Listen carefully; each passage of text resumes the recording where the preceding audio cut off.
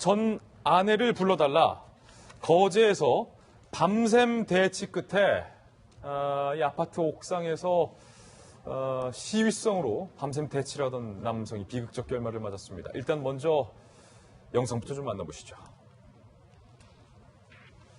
자, 지금 거제의 한 아파트 옥상에 한 남성이 올라가서 극단적인 선택을 하겠다라고 이른바 경찰과 대치를 하고 있는 모습입니다. 구급차도 출동을 했고 사실은 이 장면을 보고 우리 거제 시민분들이 많은 분들이 놀라서 안타까운 마음으로 이 현장을 지켜보고 있습니다. 옥상 위에 이 남성이 이렇게 올라가 있었기 때문입니다. 도대체 왜 이 남성 이런 일을 벌였던 걸까요? 사건의 전말 함께 보시죠. 이 남성 살인사건을 저지른 후에 저렇게 아파트 옥상으로 올라간 거예요. 거제시 한 주상복합 아파트 45세 박모 씨가 이혼한 전처가 근무하고 있는 건설업체 회사 사장 김모 씨를 1층 복도에서 흉기로 살해를 했어요. 그러니까 이혼한 아내가 근무하고 있는 회사의 사장을 죽였다. 그리고 20층 옥상으로 지금처럼 도주를 해서 뛰어내리겠다. 전처와 통화하게 해달라. 만나게 해달라. 라는 요구와 함께 경찰과 대치를 벌였습니다. 경찰은 박모 씨가 요구한 커피, 담배, 점퍼, 라면 등을 전달하면서 자수를 침착하게 설득했고 심리분석가 등 위기협상팀을 투입했지만 안타깝게도 이 박모 씨가 14시간 40분을 대치하고 결국 투신을 했습니다. 새로운 CCTV 영상도 지금 들어와 있는데요. 함께 보시죠. 바로 이겁니다. 살해한 이후에 이 남성이 도망가는 모습도 지금 CCTV로 포착이 된 화면 저희가 조금 전에 입수를 해서 여러분께 보도해드리고 이 남성이 살해 후에 엘리베이터를 타는 모습입니다. 이 남성 엘리베이터를 타서 어디를 가는 걸까요? 영상 한번 보실까요? 자, 내리는 곳은 바로 옥상 입구로 연결되는 곳입니다. 이 남성이 옥상으로 들어가는 CCTV 화면도 저희들이 조금 전 입수를 해서 여러분께 보여드리고 있습니다. 오인성 교수님, 14시간 40분 대치 끝에 결국 안타깝게 극단적 선택을 했는데 이 남성이 도대체 왜 전 아내의 회사 사장을 살해했는지 그 부분도 좀 조사를 해야 될 것 같고 결국 극단적인 선택을 할 수밖에 없었던 이유는 무엇인지도 좀 조사를 해야 될 것 같고 극단적 선택하기 직전 경찰에게 약속을 못 지켜서 죄송합니다. 이렇게 말을 했다고요? 일단 이제 약속을 못 지켜서 죄송하다라고 하는 그 얘기를 한 것은 아마 이제 이 심리 분석가하고 협상을 쭉 해온 것으로 알고 있는데요. 그러니까 이제 아마 그 과정에서 뭔가 약속을 한 것 같아요. 정확히 밝혀지진 않았지만. 그리고 이제 또 하나는 이 사건 같은 경우는 보통 이제 인질로 해가지고 경찰과 대치하는 그런 사건과 근본적인 차이가 있습니다. 그래요? 예, 어떤 차이가 있냐면 보통 이제 인질을 데리고 대치하는 그런 경우는 살해를 하기 전이에요. 살해하겠다고 위협을 하면서 대치를 하는 경우는 통상 이제 시간이 경과를 하게 되면 마음이 누그러질 수가 있고 협상을 하는 그 과정에서 본인이 포기를 할 수 있다는 얘기죠. 근데 이제 이번 같은 경우는 좀 특이한 것이 이미 사람을 살해하고 난 이후에 본인이 경찰과 대치를 했는데 이 대치 장소도 약간 차이가 있어요.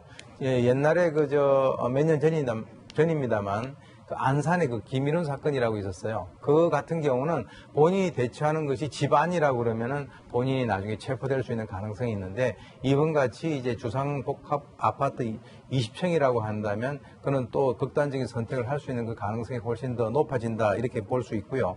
그리고 이제 전처가 근무를 하고 있는 이 회사 사장을 찾아가서 우발적인지 계획적인지 그것은 이제 경찰 조사를 해봐야 나오겠습니다만은 일단 그 사람을 이제 살해를 했는데 이 사람은 이렇게 생각을 했을 거예요. 아마 그 20층에 있으면서 아무리 설득을 당해도 어차피 난 내려가면 살인죄에 대한 처벌을 받아야 된다라고 그런 생각을 했을 수가 있고 또 이제 우리나라 같은 경우는 이제 좀 특이한 것이 이 사람이 지금 바로 직접 이혼을 하기 전에 자기 처가 아니잖아요. 이혼을 했지 않습니까? 근데 우리나라 같은 경우는 이 남성들이 이혼을 하고 난 이후가 되면 법적으로는 남남이 되는데 그럼에도 불구하고 그 전처에 대한 여러 가지 어떤 그 동선이라든가 이런 것에 대해서 관심을 가지고 있는 그런 전남편들이 적지가 않아요.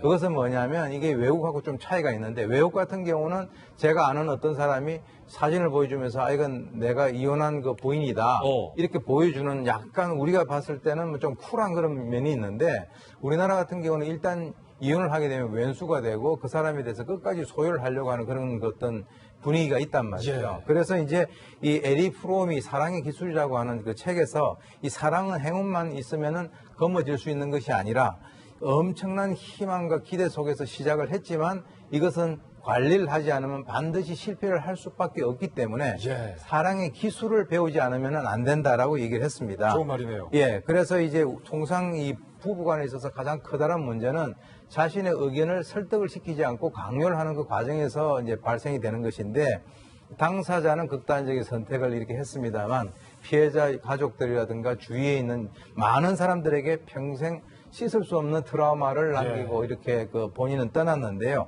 이혼을 일단 하시면 심적으로 정리를 하시고 그게 싫으면은 이혼을 하지 않도록 노력을 하셔야 됩니다. 이 올바른 지적이신데 바로 그게 아마 경찰은 이 남성의 범행 동기와도 연관이 있는 것 아니냐라는 것에 방점을 두고 수사를 하고 있는 것 같아요.